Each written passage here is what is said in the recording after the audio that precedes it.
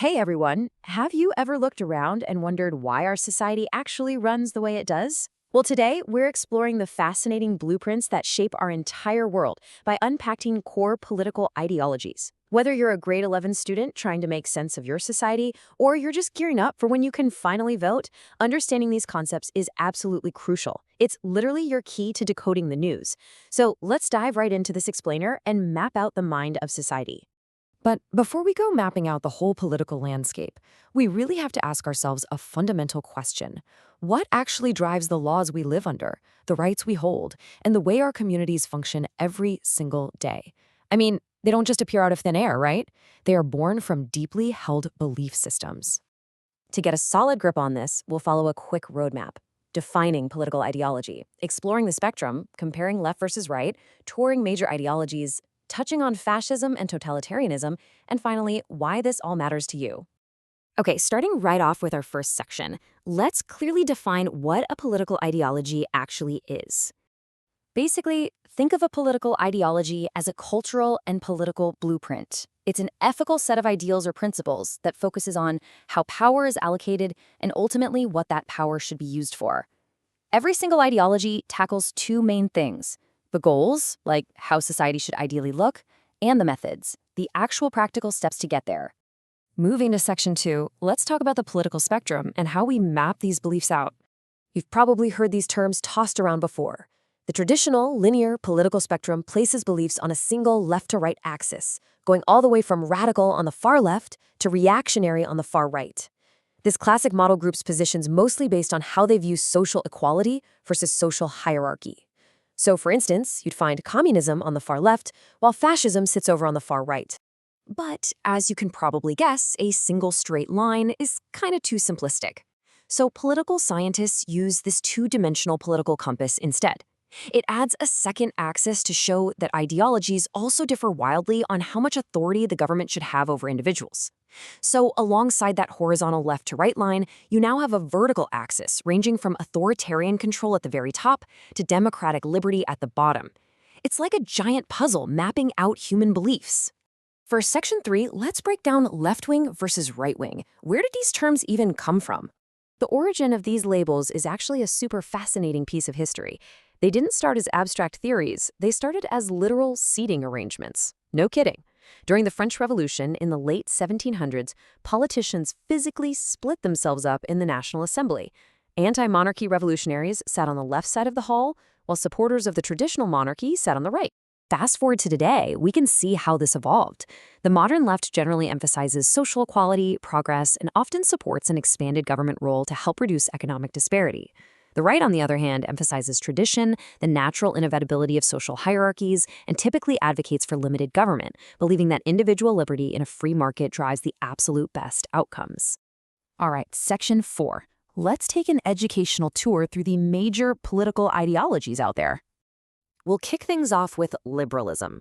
Heavily influenced by Enlightenment thinkers like John Locke, classical liberalism argues that you have inherent individual rights that exist completely apart from the government. In this view, the primary role of the state is literally just to protect your rights. It champions self-reliance, equality before the law, and free markets. Now, conservatism shares that commitment to private enterprise, but it differs a lot socially. Instead of rapid reform, conservatism values continuity and institutional stability. Conservatives rely heavily on established traditions and religious reasoning. They believe that traditional institutions, like the family or the church, have stood the test of time for a very good reason, and they provide the stability that a functioning society desperately needs. Shifting gears toward the collectivist side, we find socialism. Socialists believe human development is a collective effort, not just an individual one. So socialism views the state as an essential tool for shared development. It advocates for communal distribution of resources, often supporting comprehensive social programs like public health care and free higher education, just to ensure everyone gets a fair and equal opportunity. Pushing even further left, we hit communism. Largely credited to Karl Marx, communism seeks absolute class equality. In a purely Marxist system, the private market is abolished completely. All property, resources, and means of production are owned and controlled by the state or the community.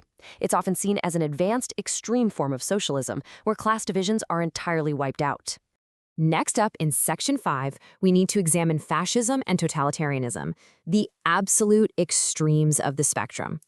Founded in the early 20th century by Benito Mussolini, fascism is an ideology of authoritarian ultranationalism.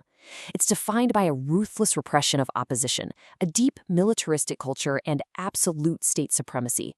Fascism dictates that the individual exists solely to serve the state. Honestly, their famous slogan pretty much says it all. Everything within the state, nothing outside the state, nothing against the state.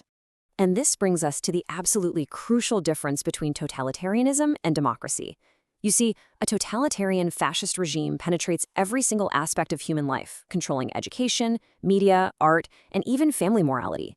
They view democratic concepts like the power of the people, individual rights, and the separation of powers as weaknesses.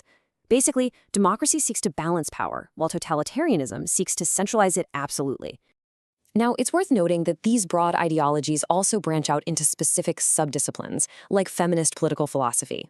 For example, liberal feminism applies liberal principles to gender, seeking reform and equal rights through our existing democratic and legal structures. Radical feminism, however, argues that those very structures are built on systemic domination. So, where the liberal sees a system needing reform, the radical sees a fundamentally broken system that requires a total top-to-bottom overhaul. Finally, Section 6. Why does any of this actually matter to you? Well, politics is often called the art of determining who gets what, when they get it, and how they get it. Ideologies aren't just dusty theories in your textbooks, they are active engines that dictate public policies. They determine how public schools are funded, the rights you hold, and how resources are distributed right in your community, literally down to your local barangay rules and your student fare discounts. The political choices leaders make right now are driven by these exact ideological blueprints. Understanding these blueprints allows you to navigate your society critically, which is especially important as you get closer to voting age. So now that you know the map, I'll leave you with this to think about. Where do your own beliefs sit on the political compass? And which ideology do you think truly holds the best blueprint for our future?